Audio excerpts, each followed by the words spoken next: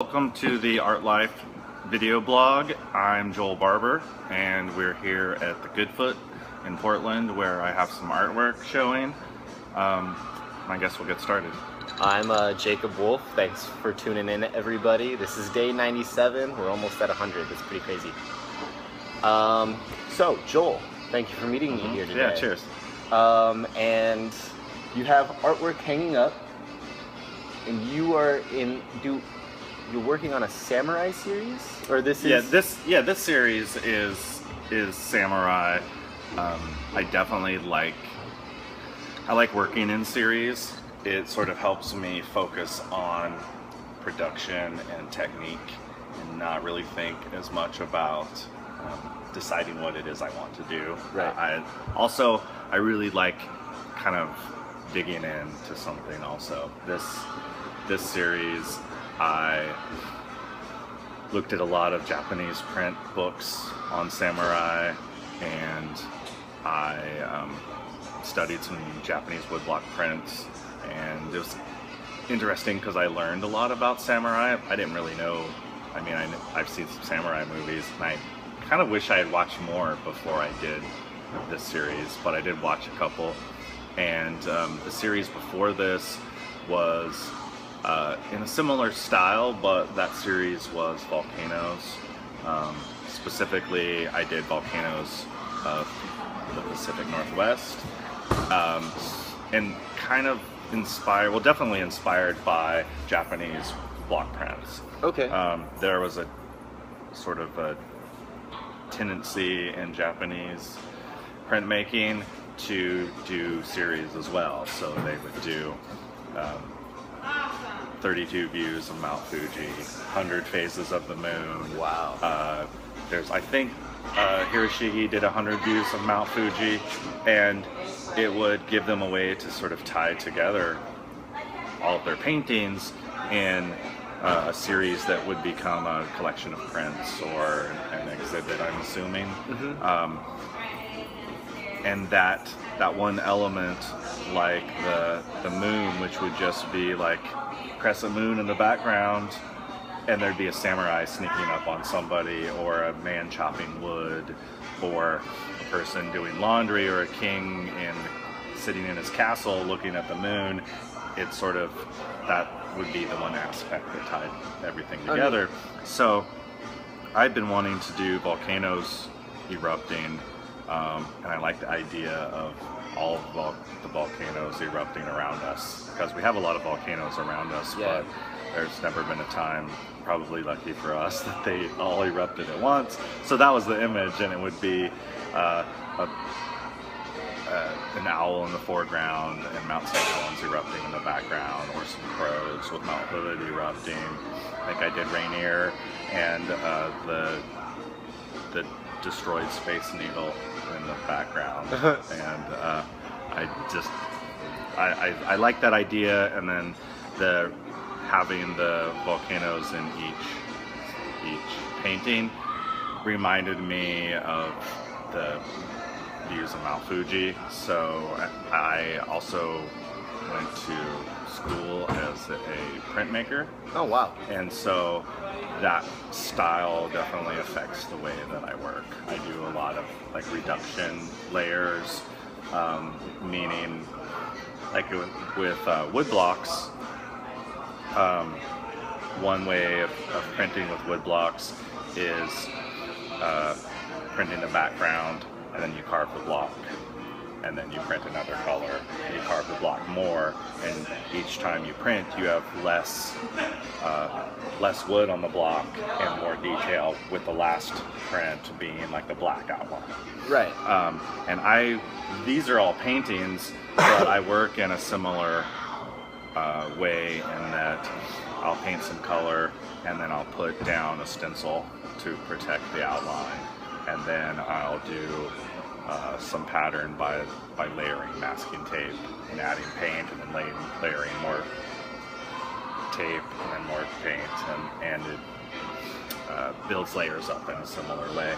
And I'm sort of the way that I am drawing things, I'm erasing a lot and getting that similar look to the wood blocks.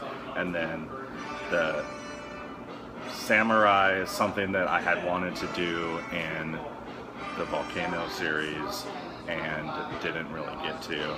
So this time I wanted to do something new, and I picked the samurai and just kind of went for it. And not only did I just pick samurai, but I like doing versions of things too. So there's 3 poses here, but I did 4 versions of each. And that's nice because I've definitely found that in the past, I sometimes leave work unfinished because I get in my head about what the best way to finish something is, and I don't finish it. Right. And doing versions of things helps me get past that. I don't have to think what's the right way going to be. I just tried a bunch of different ways, and some of them work better than others, and then I sort of store that information for later. Right. And like these masks that are up here. Yeah.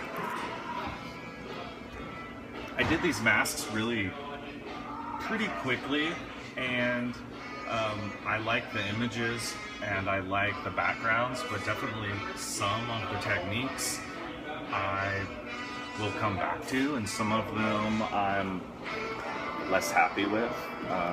It's kind of the product of planning things out and then setting up experiments. So I don't know until the end when I'm pulling all the masking and stencils off exactly what it's going to look like. I like that surprise part of it also. That sounds fun.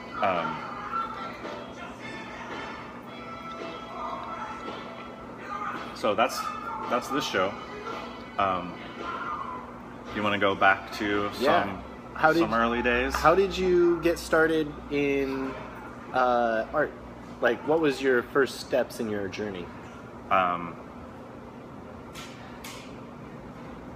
Drawing with pen and pencil is something that I have done since I was old enough. I have a couple drawings from when I was 2. Wow. That my mom saved, and my parents were always very encouraging of that. I never really thought it would be a career pursuit, but it's something that I always did.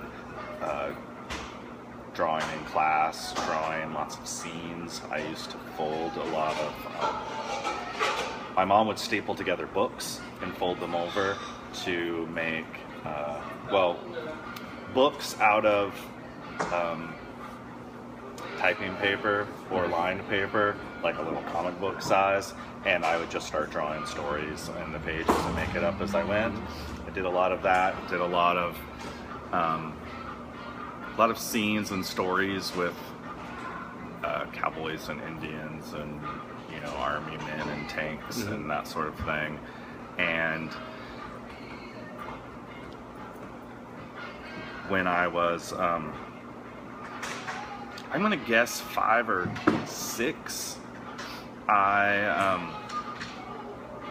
had gone into the front yard, the driveway, and I picked up a bunch of gravel, and I picked out the what I thought were the most beautiful pieces of gravel, and I had a shoebox lid, and I went to our most immediate neighbors' houses and was trying to sell them rocks from my box. And I came home kind of bummed because nobody was interested in buying my driveway gravel. And my mom suggested that I try something else, and suggested that I draw some pictures. And she gave me a box of like oil pastels. And recently I got some of these paintings back from her.